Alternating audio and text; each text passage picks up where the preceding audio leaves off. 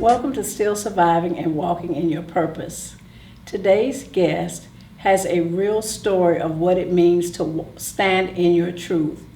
Please welcome the author of Till Death Do Us Part, HIV and Me, Girard. G, welcome to the show. Nice to meet you. So G, please tell our audience, who is Girard? Oh, wow. I'm still trying to figure that out. I'm a vessel of God, so I'm just here to do His work. I like that, a vessel of God. I wish everybody saw themselves that way.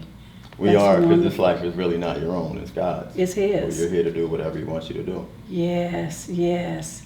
Sometimes it takes a minute to get to that place, though. Yeah. Years sometimes. Yeah. So share with us your survival story.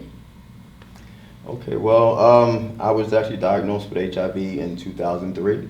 But actually, the night, I don't know if you remember this, when Rock Hudson died, I think it was like back in I think it was like 86. Yeah. But I remember that night on the news when they reported his death. And God whispered in my ear that night and told me that I was going to get this. But He told me to be honest, stay honest, and He would protect me through it.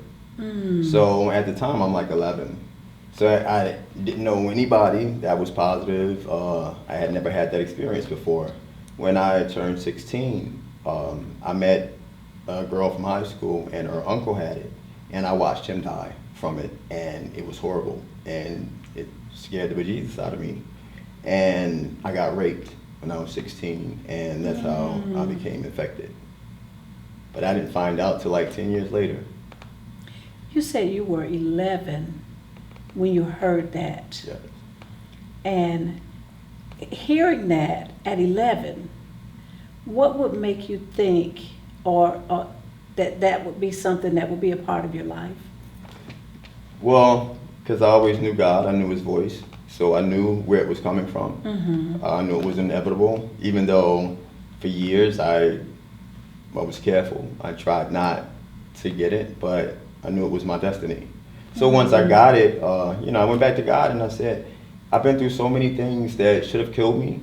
Like, why did you allow me to survive all those things to now suffer this?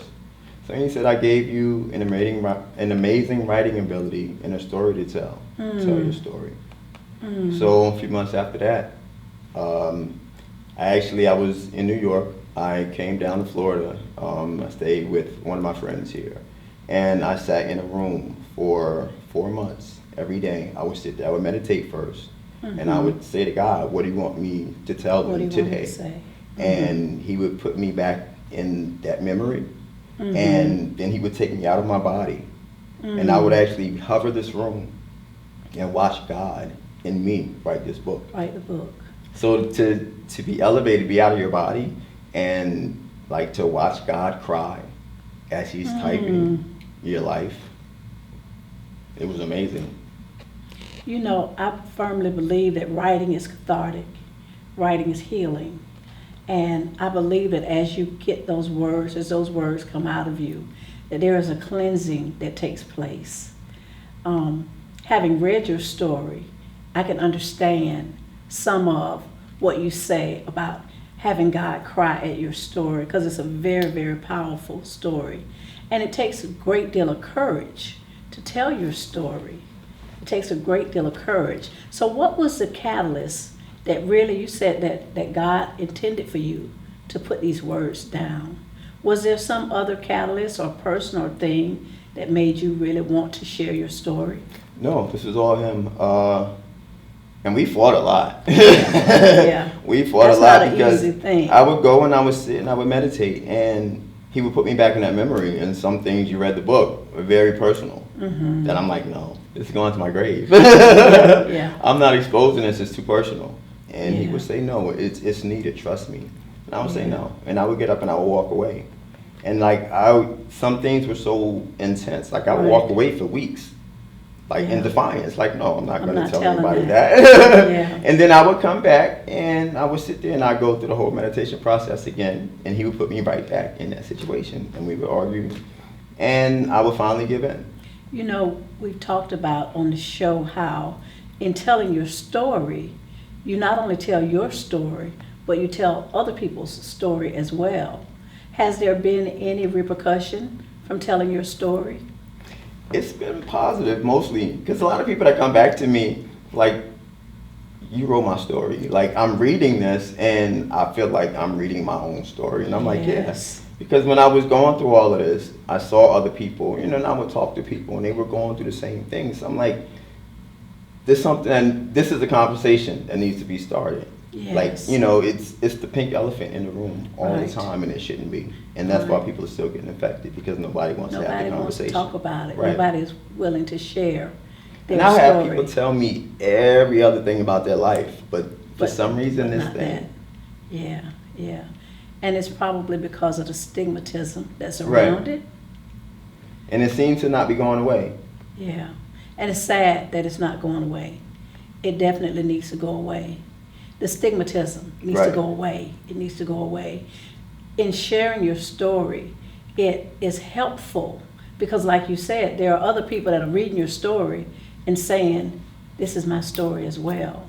And it goes back to them people feeling alone, feeling like they're the only ones, when we know that you're not, But it's not until you get to that place where you share your story that other people are then free to share their story. And lots of times, our story, like you said, is very personal things, very painful things that have happened in our life. But it's in sharing that story that other people can find help and comfort. And it takes a great deal of courage to do that. So I really applaud your courage for being able to share your story in order to help someone else. I know that was difficult. It wasn't an easy thing for you to do. I like the fact that you said that you meditated. Was that to get you to a place of peace? You know what? Because I went into this, I went into it blindly. Like, I didn't know anything about writing a book. Yeah. I didn't have an outline. I didn't know what I was going to talk about. I just went into this room. It was like a diary.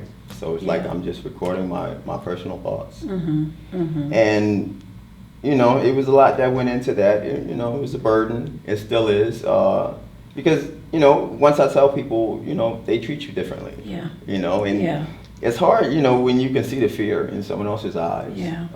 Like you're a leper, and then I noticed that, people that are close to me, even when I talk to them about the situation, because it's not a conversation most people have, people don't know how to talk about it. So they don't know how to comfort you, how to assist you with what you're going through, because they don't know what to say. They don't know what to do because it's not out there like that. Right. So once, we get the conversation started, we can change a lot of things. Yeah. And it's great to be willing to get the conversation started. Right. Even sharing your story with our audience is going to go a long way to getting those conversations started. So let me ask you, how has your life changed since you wrote the book? I've gotten stronger. I've learned that standing in your truth, there's a power there.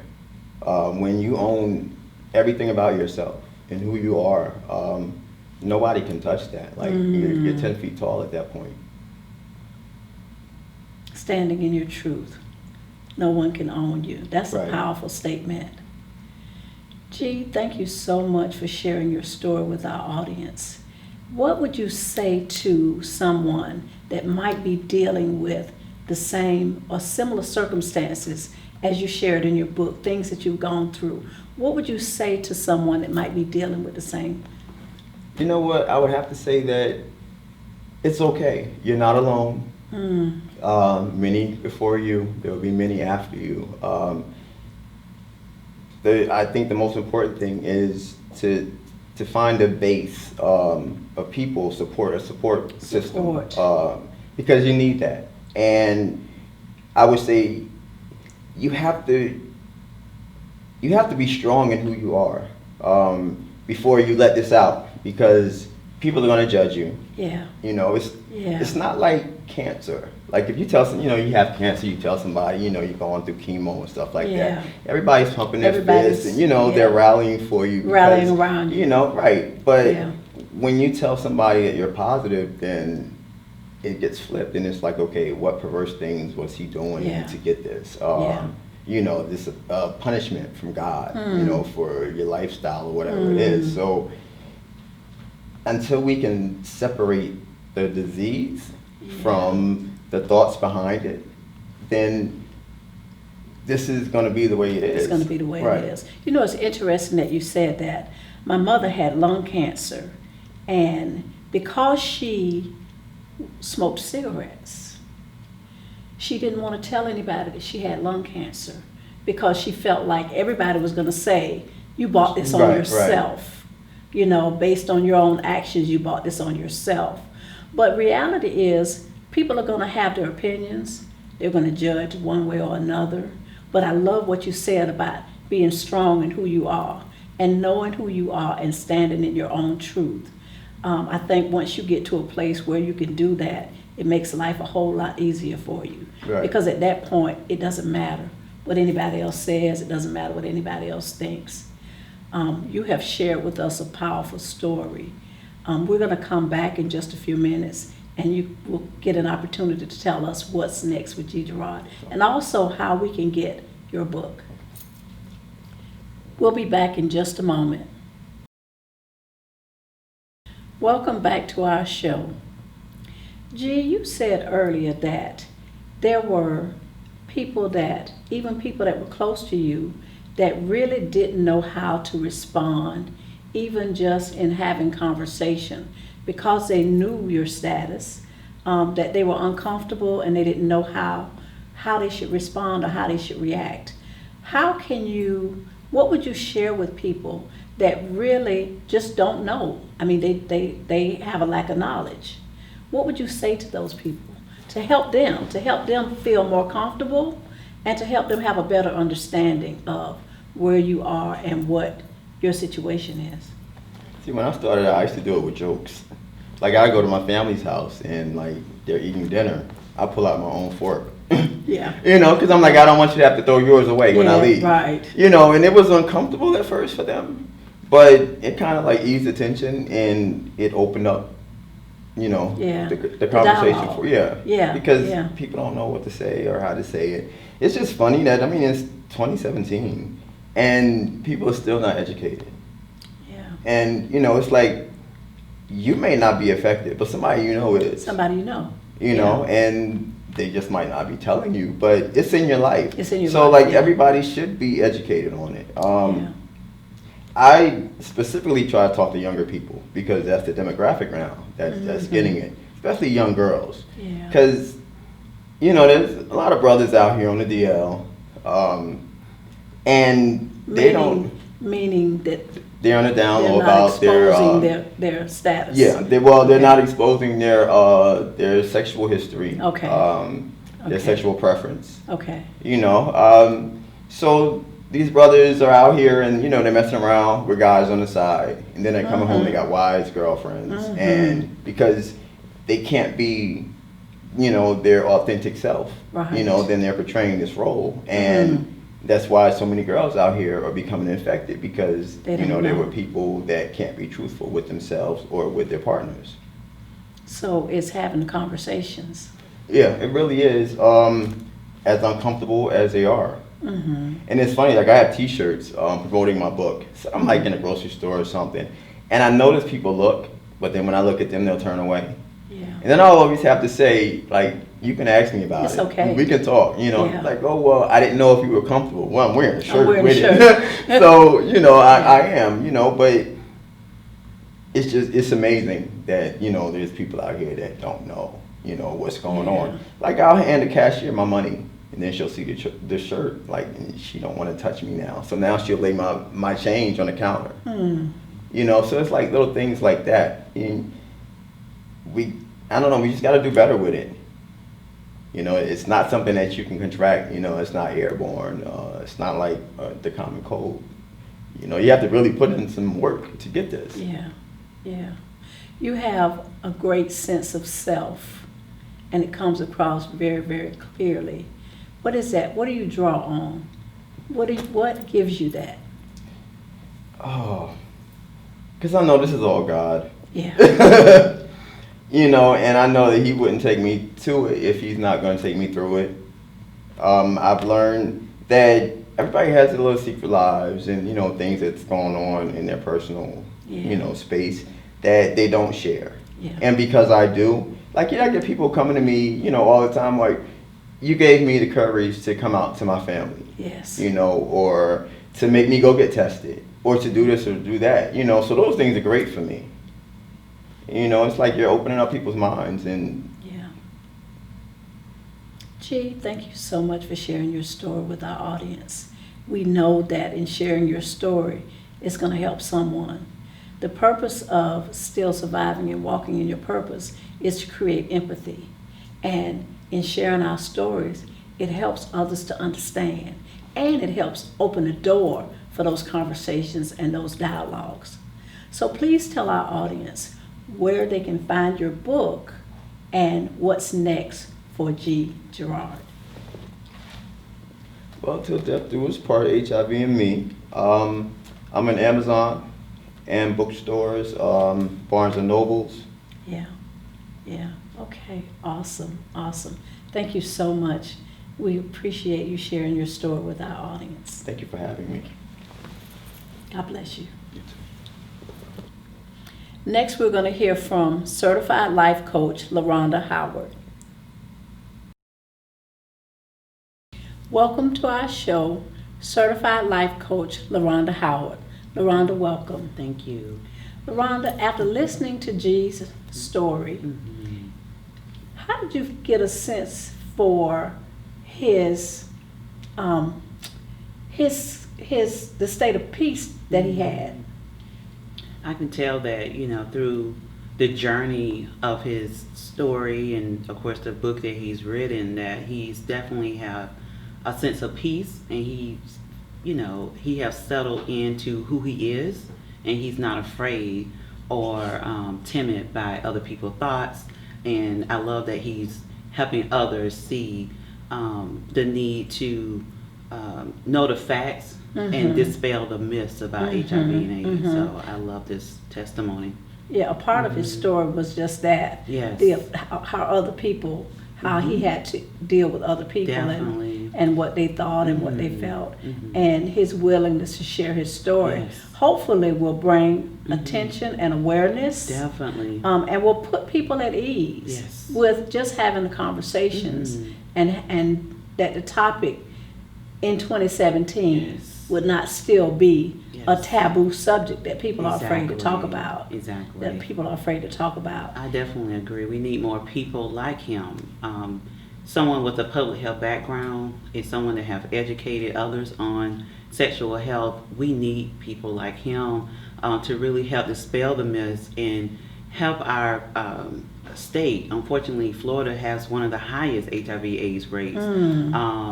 You know, in Duval especially, we're usually at number 2 and number 3 out of 67 counties. So it's very important that we get information out, that people are, like you say, in 2017, people are still going around thinking you can get it from kissing and the toilet seat and just those, you know, those crazy myths. Yeah. And so especially, unfortunately, in the African American community, there's still such a need for stories like his, and I'm very grateful that he was so willing to share it and be transparent, because he's going to impact so many people with his continued work that he's doing out in the community and personally. And it blessed my heart that he is willing to talk to young people.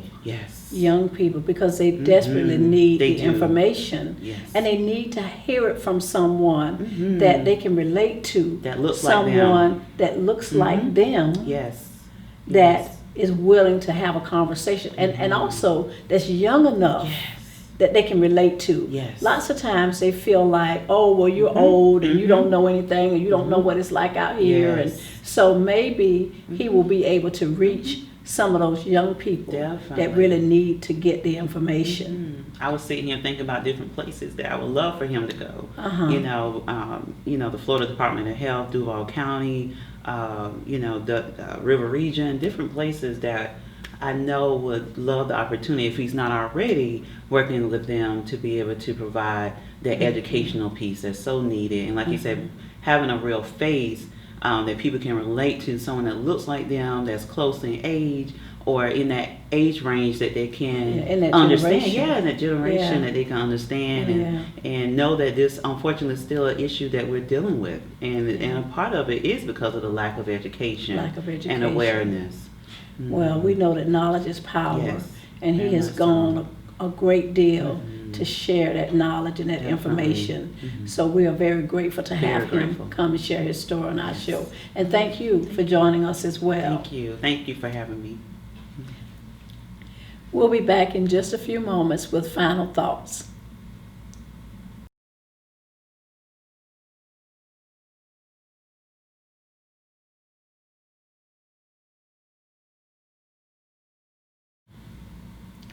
After having my interview with Girard and my discussion with Coach LaRonda Howard, I came away from that with a heart full of gratitude.